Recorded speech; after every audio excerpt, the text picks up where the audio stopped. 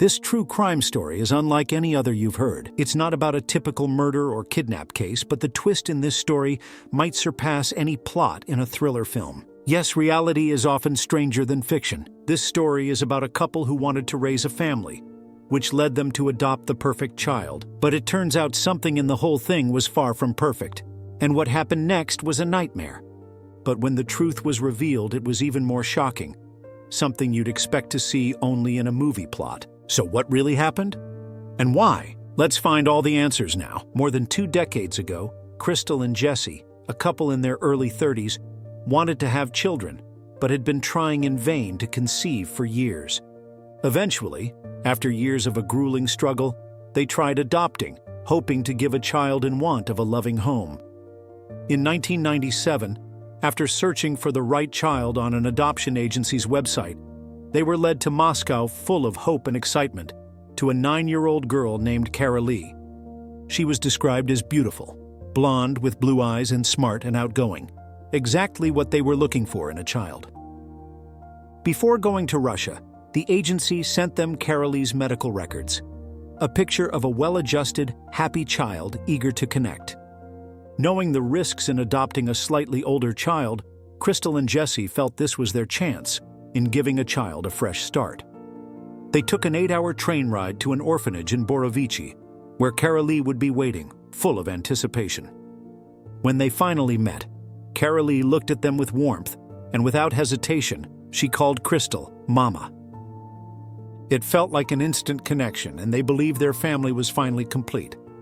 While they were in Russia, they also decided to adopt a younger boy, a 3-year-old named Joshua, who would be Kara Lee's new little brother. They returned with both the children to States and settled down in a typical suburban neighborhood of Atlanta, where Jesse was working as a computer engineer. They promised themselves to build their new life together, full of joy and lovingly showering love on both the kids in a happy house. They had always dreamt of providing the childhood Kara Lee would get. She seemed like the perfect child, and they felt confident that they could give her a stable and loving home. But as soon as they began with their parenting journey, things weren't that smooth after all. She became unapproachable within almost no time. She didn't cry frequently and appeared angry and cold. Crystal and Jesse were confused at this. Even if they provided her with tons of love and attention, Kara Lee maintained emotional distance from them. Hopeful that her decision to stop working would assist her in healing, Crystal chose to quit working. She thought she would keep all her focus on them so that Kara Lee would adjust better. However, the situation seemed to get worse as the days passed. At times, she would just stand there staring off into space, almost like she was in another world and just zoned out. This was not dangerous, but weird. But then at night, suddenly she began standing by their bed just watching them. Now, this was creepy. There was a coldness and anger about her presence that really creeped them out. It only got worse with time, and she started stealing things from around the house, jewelry, knives, whatever she could get her hands on. It's almost like kleptomania. And then came the cruelty. She once did something awful to a kitten, and it really made the parents realize something was seriously off. Perhaps they made a blunder adopting her. It was like she was trapped in her own mind, and parents were powerless to help. It eventually got to the point where they just could not deal with it. They realized their daughter's anger and isolation were not signs of an adjustment period. The family was left reeling.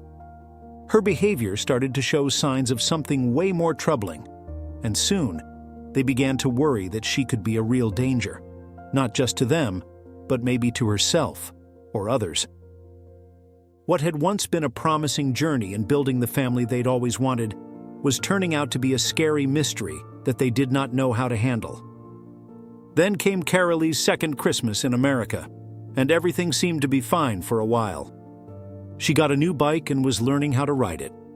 That was something she had never done before. Things were going very well, and the family had hope. But that peace didn't last long. One day, while Crystal was outside planting, she suddenly heard a blood-curdling scream. It was Joshua. Crystal rushed over, and what she saw made her blood run cold. Kara Lee was holding her 4-year-old brother Joshua over the edge of their 30-foot-high deck. Her face was twisted with rage and hatred, and Crystal knew this wasn't just some rough play. And in a tone too calm for the situation, Kara Lee then stated, I'm going to kill him." Crystal froze with terror and attempted to talk her down. "Why? What do you have against him? What did he do?" she asked. But all that Carolee said was, Joshua was getting on her nerves. "You are going to kill him over this, over the fact he is irritating you?" she said. And all Carolee said was, "Yes, I do." They talked to Joshua after the terrifying event. When they asked him if he was scared of Carolee, he nodded and told them that she had tried to throw him off the deck. But when they asked him if he was afraid she was going to hurt him, he told them, "No, because Mommy's here." At that point, Crystal and Jesse saw Carolee in an entirely different light. They started noticing a disturbing change in her behavior. She started saying that she was hearing voices and seeing things that weren't there. The voices, she claimed, told her to obey them or they'd hurt her. The couple was left in a state of fear and confusion, unsure of what to do next. The daughter they had hoped to give a loving home to was becoming someone they didn't recognize, and they felt completely unequipped to figure out what was happening. Carolee finally came clean about hearing voices telling her to kill Joshua. She even started describing such vivid hallucinations, which were as if she was seeing snakes and other awful things no one else could. Crystal and Jesse got so concerned about her mental well-being that they decided to commit her to a psychiatric hospital. She spent almost 4 months there receiving round-the-clock care. Still, when their insurance ran out, they had no choice but to take her home. Unfortunately, Carolee didn't get any better. She kept saying some really scary things, like how she'd kill Joshua if she got the chance again. Crystal and Jesse were totally freaked out, so they went all out with security measures. They installed cameras all over the house, living room, Carolee's bedroom, even the bathroom. But despite all that, Crystal couldn't shake the feeling that Carolee was a threat to their whole family. Dr. Brian Kennedy, one of Carolee's physicians, gave them some insight about what was happening with her. He said that Carolee was fighting a lot of repressed anger, which she was turning into violent thoughts. He also saw indications of depression and attachment issues, and even suspected other psychiatric problems that might be afflicting her, like bipolar disorder or schizophrenia. The situation was becoming worse, and Carolee's actions were becoming dangerous. Despite being on some heavy meds, Carolee's behavior just kept spiraling. Her anger, especially toward her brother Joshua, was getting more intense and terrifying. Then one day, after she got back from the psychiatric hospital, she did something really disturbing. She apparently tried to strangle the family dog, Aurora. The next morning, they found the poor dog hanging from her collar, the leash tied to a pole. It was seriously chilling for the family, and so things went really tough for Joshua and his family. They had to make a really hard choice: send him 600 miles away to live with his grandmother in Texas for his safety. Why?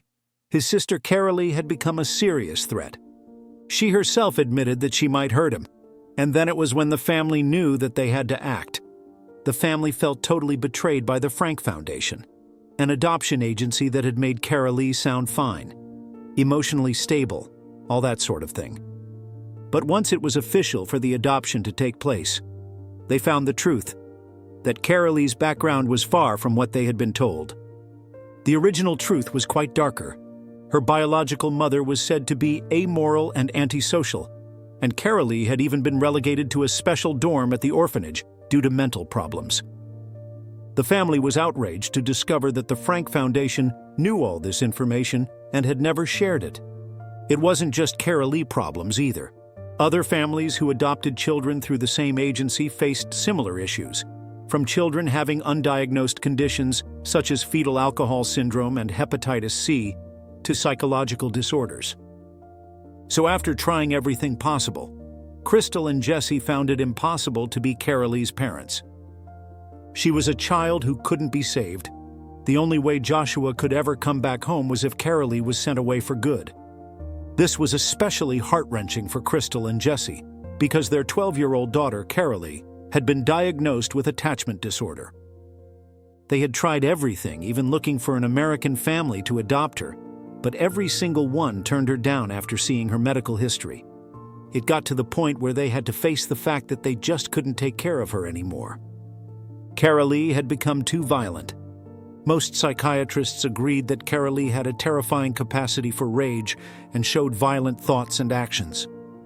Only one psychiatrist would say that Carolee's behavior was perfect. Maybe her adoptive parents were emotionally distant. But most of the team agreed. She was a danger to people around her. However, Crystal and Jesse decided to send Carolee to some psychiatric hospital in Moscow, thinking maybe the specialists there could help her. They didn't exactly have high hopes, though. Nothing seemed like it could fix what was happening. Carolee Lee could sense something was wrong and was totally confused and upset by her parents' decision. So before they took her to the locked ward, Carolee Lee had one last thing to say. "I didn't try to kill my brother. I just tried to pick him up because he was too heavy. It was all a misunderstanding." But by that time, it didn't matter. Crystal and Jesse had made their choice, and they weren't turning back. A few days later, a hidden camera revealed Carolee's panic in the hospital. She was crying, scared, and saying she didn't feel safe there. But it didn't change anything. Crystal and Jesse had already made up their minds. They were leaving without her. After that, it had been over 20 years since they last saw Carolee, locked in that ward in Moscow, looking terrified as the doors slammed shut. But one day suddenly she reaches out to the family, and it started a completely new story. At now 33 and referring to herself as Sabrina, she was married with 4 kids. Jesse met up near her home in North Carolina, and he had so many questions. He asked her what really happened, how she ended up where she was. Sabrina told him that while Crystal and Jesse had accepted her in the beginning, they always made it clear Joshua, their biological child, was the favorite. But it didn't make her jealous, but it left her feeling like she just didn't measure up. Sabrina had her own history and emotions that didn't fit with what her adoptive parents wanted. That emotional gap took a toll on her, leading to depression, and she admitted she'd struggled with suicidal thoughts in the past. That was when she started creating stories, and when Jesse asked Sabrina about what actually happened on the deck, that was way different from what Crystal said. Sabrina told him she had been asked by Crystal to go get Joshua, who was crying out there. But he was pretty big, and Sabrina really had a tough time trying to pick him up in her arms. She had barely managed to steady him so he wouldn't fall. Crystal saw her struggling and started yelling at her, telling Sabrina to put Joshua down. She even accused Sabrina of trying to kill him over and over again. Sabrina kept saying, "No, I'm just trying to help," but eventually, feeling the pressure, she just gave in and said, "Yes."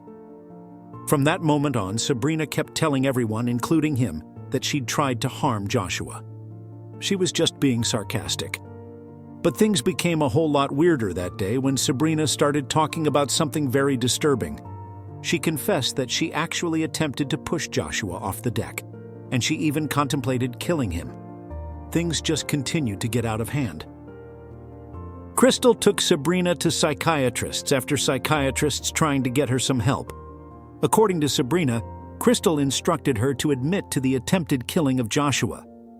Dr. Kennedy even asked Sabrina if she could have some kind of schizophrenia, bipolar disorder, being homicidal, or anything basically saying that this kid was a danger to the family. Sabrina was irritated and totally confused. She had no idea how they could think such things about her and refused to accept them. She said, "If I really wanted to hurt someone, I'd have done it by now." She didn't believe she was the kind of person who could hurt anyone. However, all the doctors kept pushing her to get help. But Sabrina was adamant that she wasn't mentally ill. She was also accused of trying to hurt the family dog, Aurora, which totally threw her off because she had always loved that dog. Running out of options locally, Crystal then told her that they thought a Russian institute would be better for her treatment. But things had not gone any better when Sabrina got there. She was completely alone and was trapped in the house with a feeling that nobody was coming to help her. She started blaming herself for letting everything get this far. She thought that was her fault, to lie after all and then just keep to what people told her. It was not less than 2 months later the lady, Nina Kostina from the agency, came back to the institute. She carried in her both some clothes as well as the hopes. Nina took a deep interest in Sabrina. For a certain time, she asked her to go live with her in Virginia. Eventually, Sabrina was placed with a family in North Carolina who really got her. She received the type of support and understanding that enabled her to change her life for the better. And after finishing high school, Sabrina volunteered for Mercy Ships in Africa. Here she was assisting in giving medical care to people who could hardly afford access to medical treatment. Work was very rewarding to her, and upon returning home in 2010, Sabrina began working at a hospital. There she met Phil Caldwell, a math teacher. They met at church. Sabrina could not help but notice how great he was with kids and how dedicated he was to his job. Phil admired Sabrina for being down to earth and honest. Eventually, they fell in love. Sabrina's past did play a role in making the person who she is today. Before she accepted to marry Phil, she asked him to watch a particular show that reflected her tough early years. She thought he might be overwhelmed, but in fact, Phil is really moved by her story and the struggles she faced. His reaction was much more encouraging than she had thought so. Finally, they tied the knot in 2014, and they have 3 girls and a little boy now. Phil always mentions how loving and caring Sabrina is, and he believes her past has made her an even better mom than she might think. Sabrina is also super proud to be such an involved mom herself. Recently, Phil did something different. He quit teaching to take a new job at the same hospital where Sabrina works. It's been a great change for their family. Sabrina feels things are really falling into place in her life. She often thinks about Crystal and Jesse, 2 people from her past. After becoming a mother herself, she felt it was time to reach out to Crystal, so she messaged her on social media, describing that she never meant to hurt anyone, especially Joshua. And then Crystal shot back with a lovely prayer, saying that she wished for Sabrina's family all happiness and love in the world. She is at peace with it all, holding no grudges against Crystal or Jesse. She totally understands why they did what they did in a tough situation. In fact, she feels thankful for the life she's got now. Her husband and her kids, they're everything to her. And honestly, without all the hard stuff she's been through, she wouldn't have the happiness she's enjoying today. So what do you think about this? Who do you blame? Was it Crystal or was it Carolee who changed later? Or is it just luck? Was there really any foul play? Share your thoughts in the comments. And if you want some really blood-curdling true crime story, watch this next one where a murder happened just because 2 people wanted to taste their darkest desires in bed. The result, something sinister. Subscribe to the channel for more. See you soon.